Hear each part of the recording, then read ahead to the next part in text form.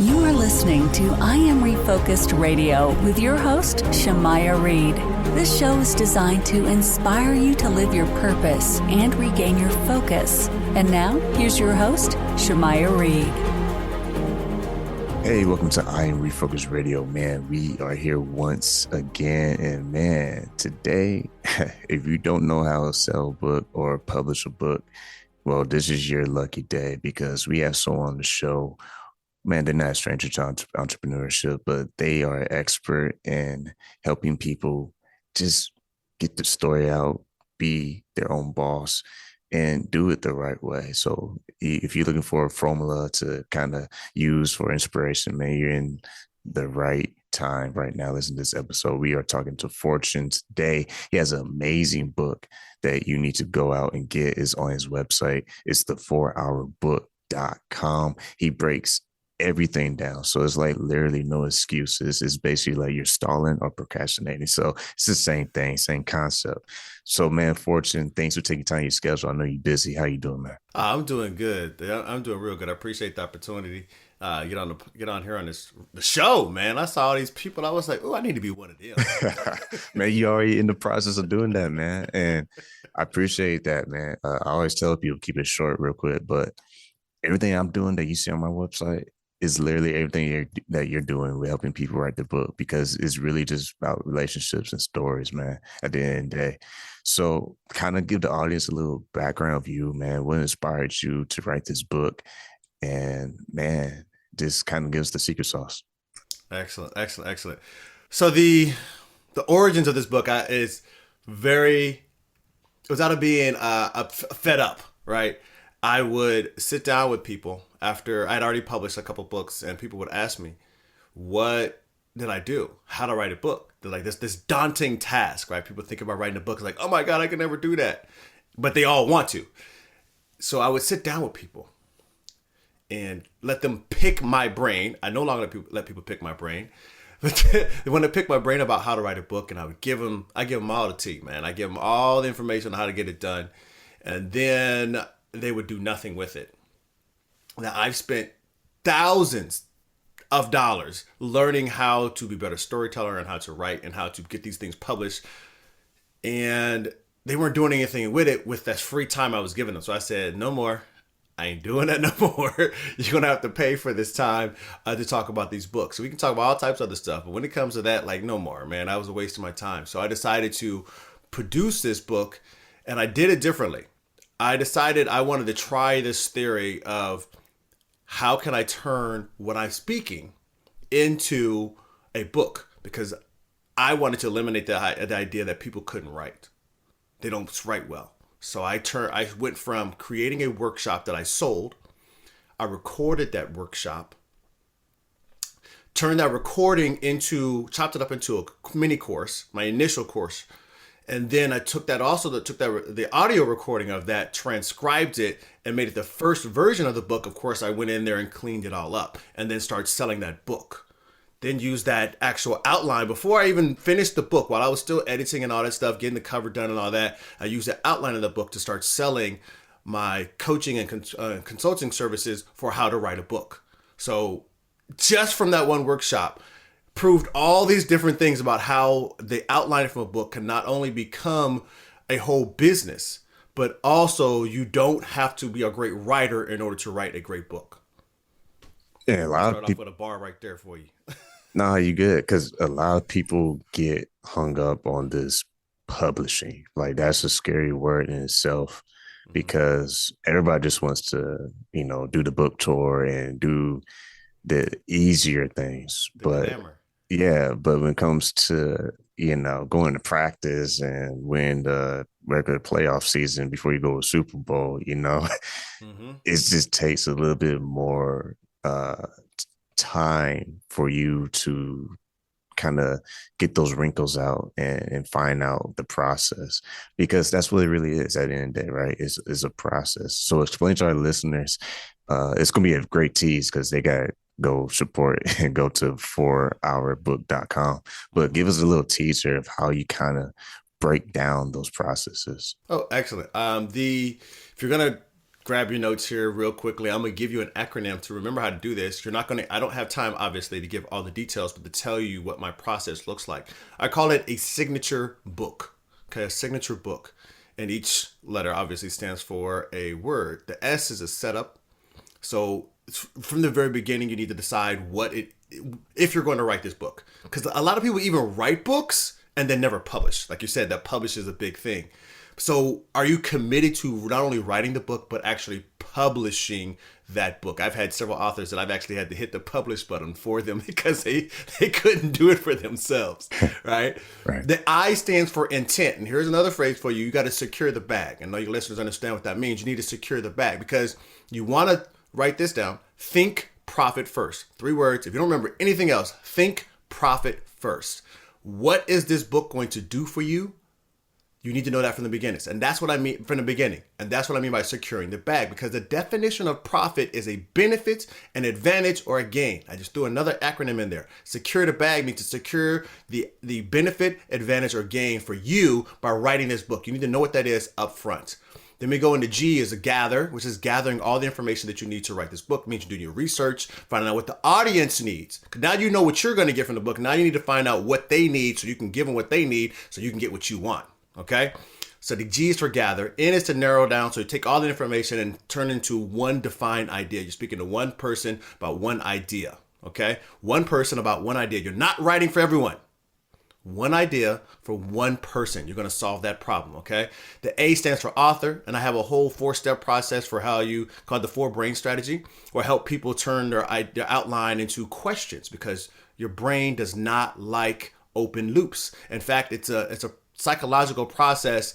Your brain does not like questions just to be left out there. So if you can turn your outline into a question and you ask yourself questions, you can write your book very, very quickly. That's A for author. T is for a touch-up. The touch-up is all the editing. You don't need to be a great editor. You don't need to be that. You don't have to be great to write a great book. You don't have to be a great writer. You need to know some great editors. You get the ideas. See, the author is the person who has the great ideas. The writer is the one who turns those ideas into the written word.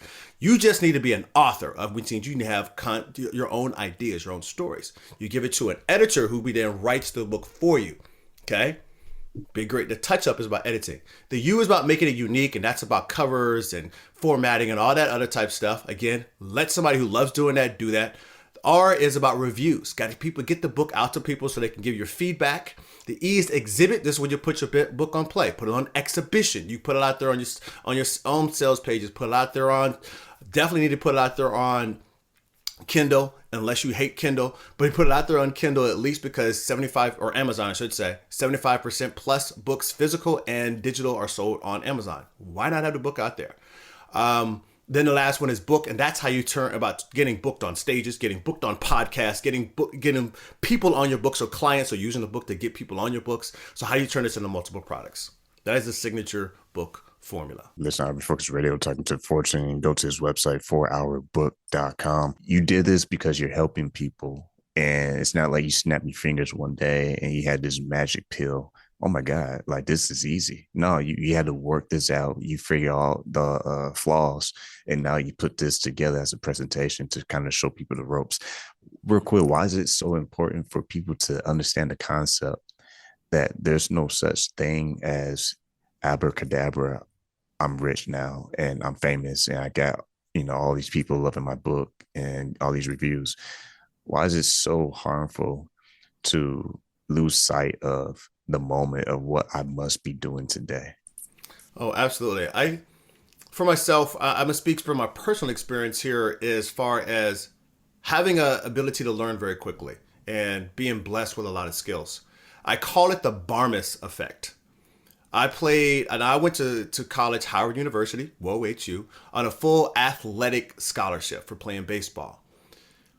Now, I got there, and when I graduated, I had an opportunity to go play pro ball for the Montreal Expos. Now, I decided to go be a government accountant. That's a whole nother situation.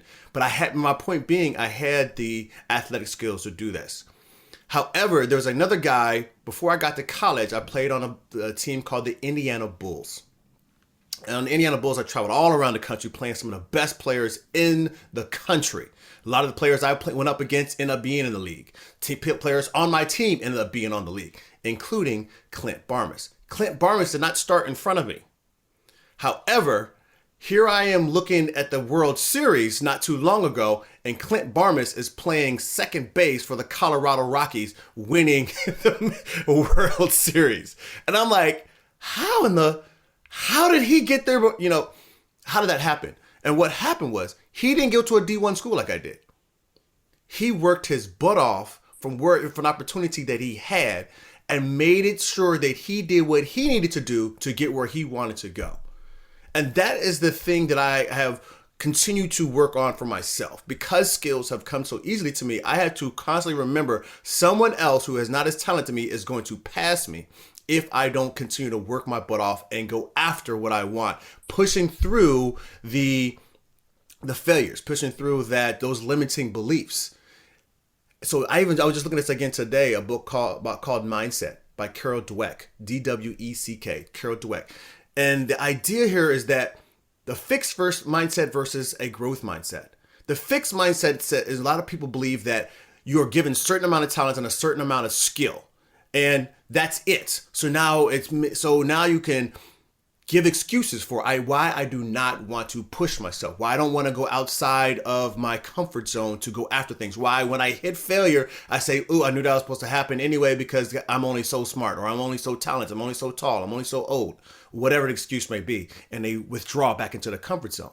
The growth mindset is about learning, knowing that when I hit up against a failure, that I'm going to learn what it takes to go past that failure, to expand my comfort zone and go into another level of success, to achieve that next level.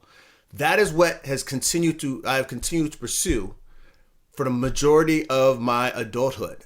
I no longer rest on my laurels as I did in my teenage years, my early 20s.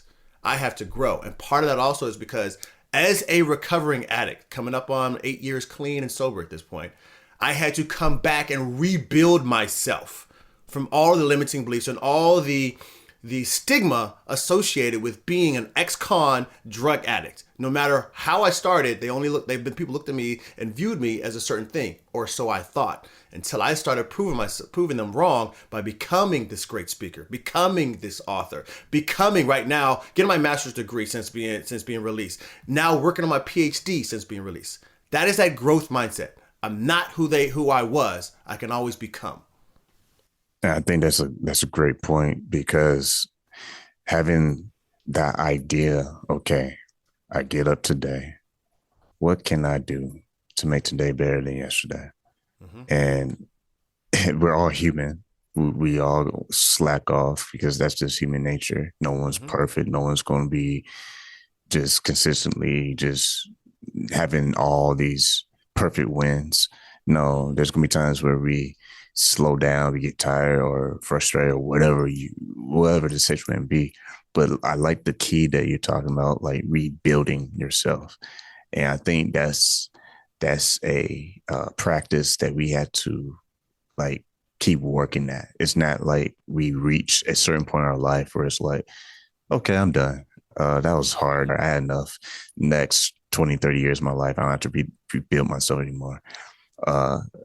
When you have that kind of mindset and you're starting to get booked on these shows and talk about your book and your services and stuff, how do you keep yourself motivated when life happens and you get in that funk and you only got two choices? You keep going or you start plateauing? Excellent question. And it feeds right into this idea for me of high performance, why I studied high performance, why I went to school to learn about psychology of high performance. How do I help people do the things that they say they want to do? I mean, it's natural, as you spoke about, for us to get to a certain point and be like, I'm good. I don't know if I really want to work that hard anymore.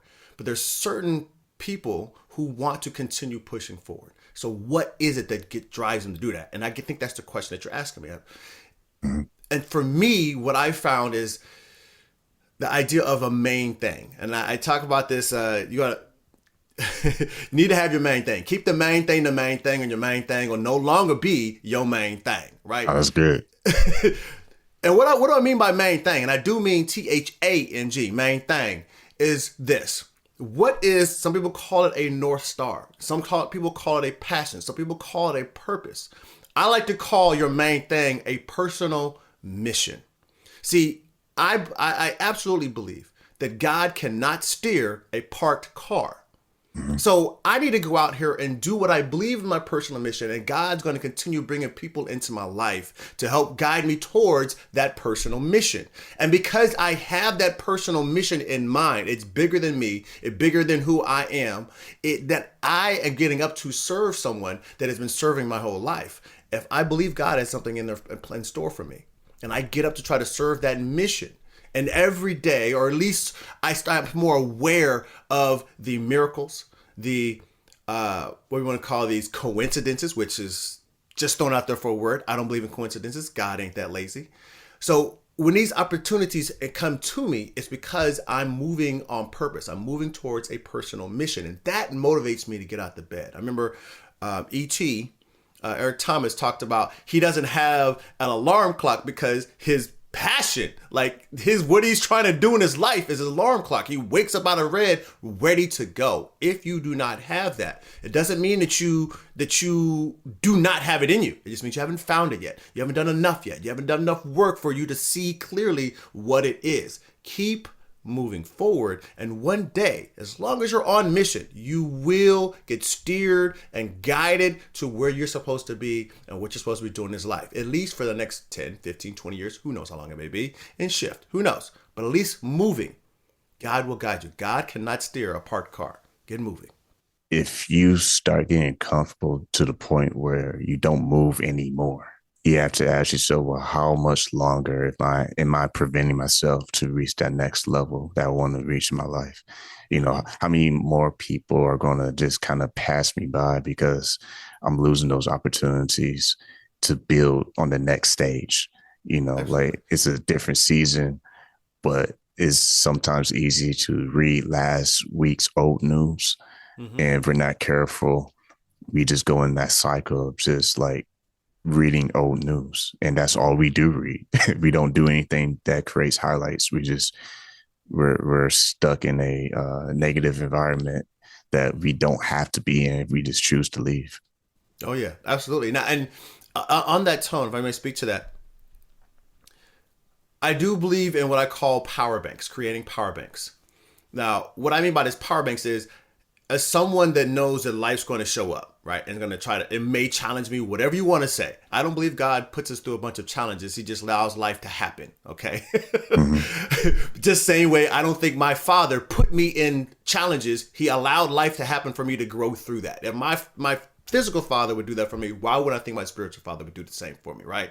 And that same token, when I come up against a challenge, and if I don't have a power bank that I can look back into, now power bank is like memories, thoughts, ideas that build my own self-confidence, meaning opportunities that are times that I have done what seem like the impossible, sometimes where I have overcome. They may be small victories, they may be large victories, and in between. But if I have that to go reflect upon, now I have a power bank that I'm like get powered up, used to be like, all right, I can push through today, and not just rest on it and just replay them in my mind, replay them and like, oh, I did used to do that, I used to be able to do that, and being that person who doesn't think they can go anymore, they've reached their limits. Not true, but uses that as fuel to move towards the next level. I think there's a difference and there's a balance there where I need to have it to grow, to continue growing forward, because confidence, you build up confidence by doing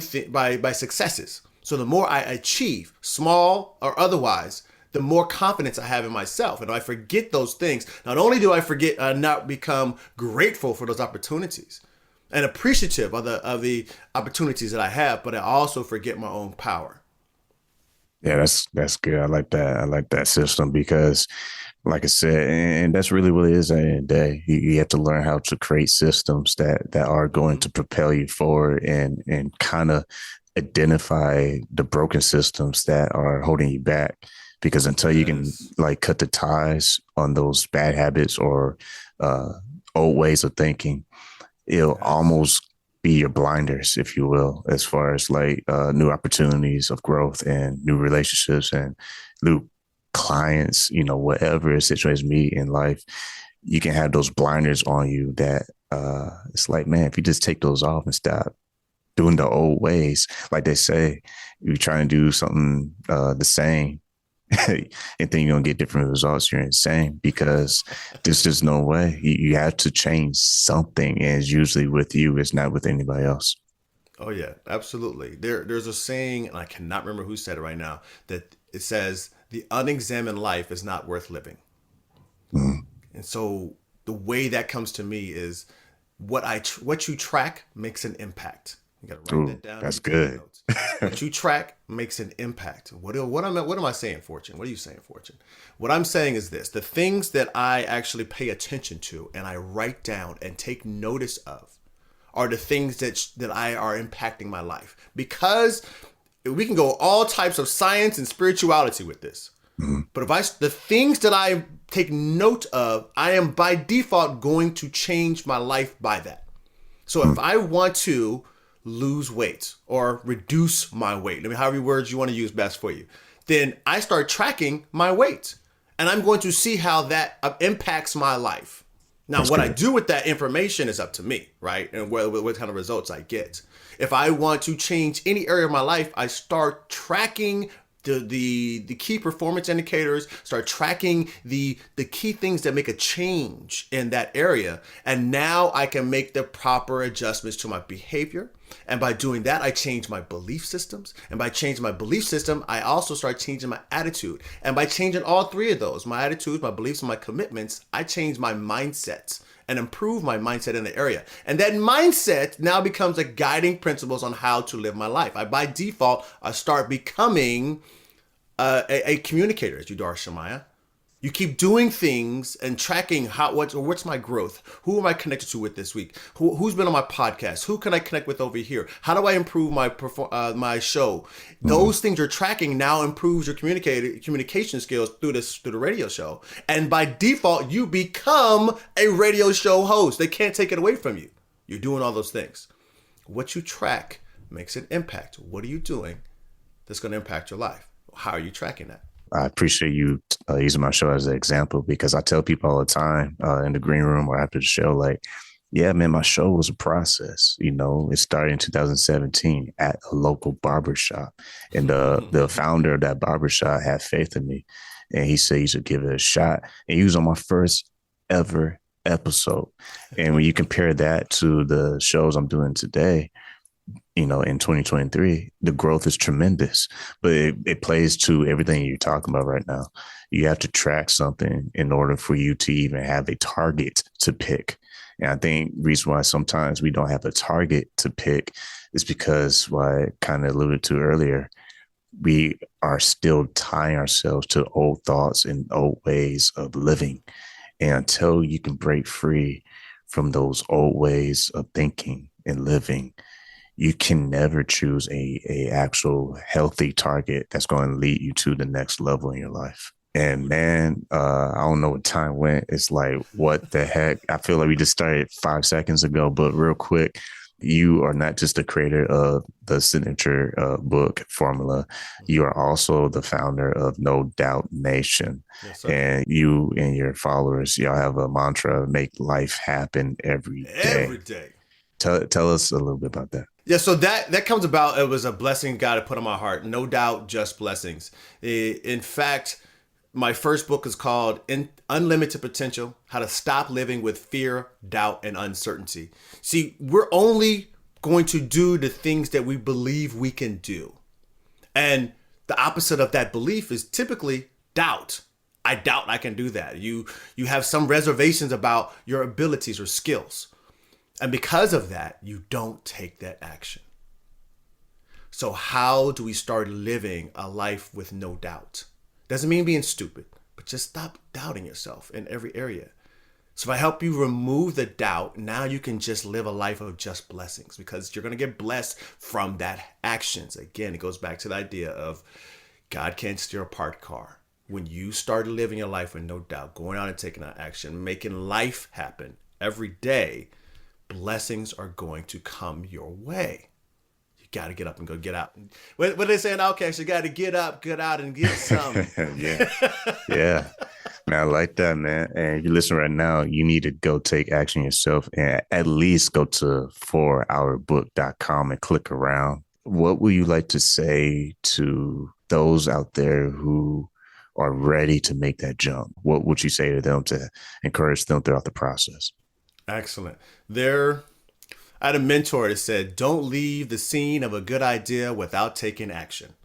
That's what you've been saying. You keep saying, Shamak, you're reminding them. And here's what I would say to you. If you have a story you believe is going to transform lives, because I don't work with people who just have a great story. Every person on God's earth, you're a child of God, you have a great story, period.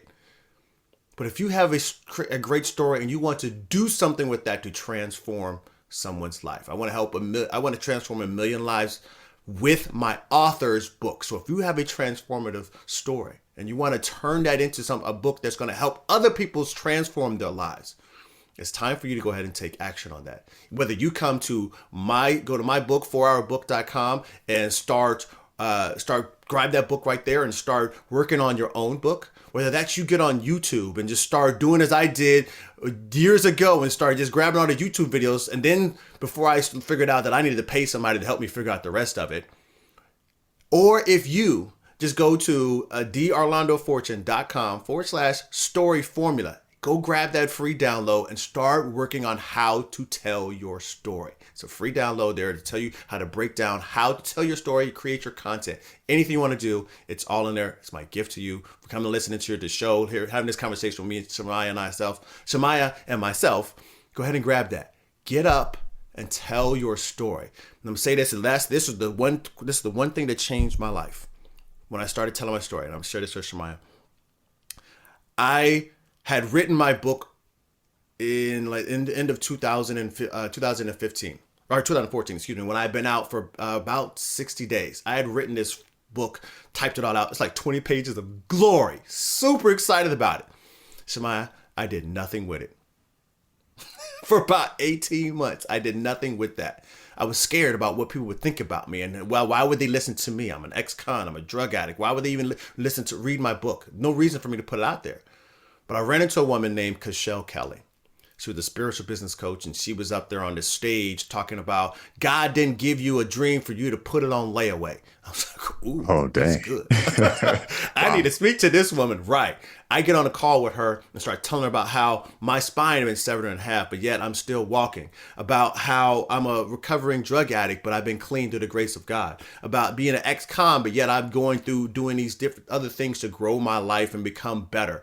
About being a single father, like all these things that I was going through. And I told her about wanting to be in productivity. She was like, catch this, stop taking God's glory and tell his story. She challenged me to go out there and start telling his story.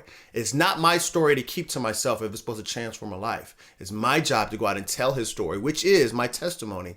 And through that transforms lives. Stop being selfish if you know you have a story to change somebody's life. Stop being selfish if you know your words can impact someone for the better. Stop being selfish. If God has put it on your heart to go do something with what he's done for you in your life and you're keeping it to yourself, I challenge you to stop taking God's glory and go tell his story. That's good, man. We're talking fortune. Go to his website. It's easy. It's 4hourbook.com. And one thing I'll add is believe, man. Believe in yourself. I know that sounds corny sometimes, but who doesn't? If you stop believing in yourself, then you're proving everyone else point who doesn't believe in you. But it's the magic when you start believing in yourself. Because I feel like it's funny that we talk about this, because I was talking to someone earlier today. I said, man, sometimes I feel like life is like a crossroad, but I feel like it's a crossroad throughout the day. And you have to make a decision. And that's all that matters. You have to make a decision. But sometimes we find ourselves at crossroads and we want to be indecisive. Mm-hmm. And that's just as worse as making the wrong decision. That's when regret comes in and life will pass by and you're like, oh, I wish I would have done this, but you can't blame no one but yourself. So, man, I didn't want to go too deep into that. Kind of went there, but I like you gotta let it out, man. If you don't let it out, it gives you gas, man. Gotta let that stuff out. Yeah, I just had a preaching there moments ago about, tell the story. I just feel like someone need to hear that. So, man, last words for you. When you look at this still kind of new year, 2023, what's some short-term goal that you're hoping to take your brand to the next level? The main goal for this year was to get on at least 50 podcasts for this year. I want to see what this is about. I wanted to take this to a whole nother, like, there's no more hiding. I wasn't hiding before, but this is a whole nother level of like, I'm in front of your audience and your audience and your audience. 50 podcasts interviews is my goal. Hopefully get to 100, who knows, but at least 50 podcast interviews for this year and see what that does for my business as I continue to, because here's the thing, every time I get on a podcast, I got to make sure my website is up, everything is up to date, everything, because who knows which podcast is going to be the one that pops off, or you know what I'm saying, where it hits that threshold, or it just, that client comes from that one, maybe one person out of the 1,000 or so people listen to it and it's like, ooh, that's the one. And my website wasn't right. Man, you spitting bars. I'm going to have you back on, man, because I feel like you got a lot of topics you can cover, man. So, man, once again, go to Fortune's website. It's real easy, real simple. It's 4hourbook.com and check out what he does with Live Without Doubt, that whole movement that you're doing. I'm going to have to check that out personally myself because I was kind of inspired, just kind of learning more about it. So, man, thank you for taking time in your schedule and talking to Iron Refocus Radio. Yes, sir. God bless.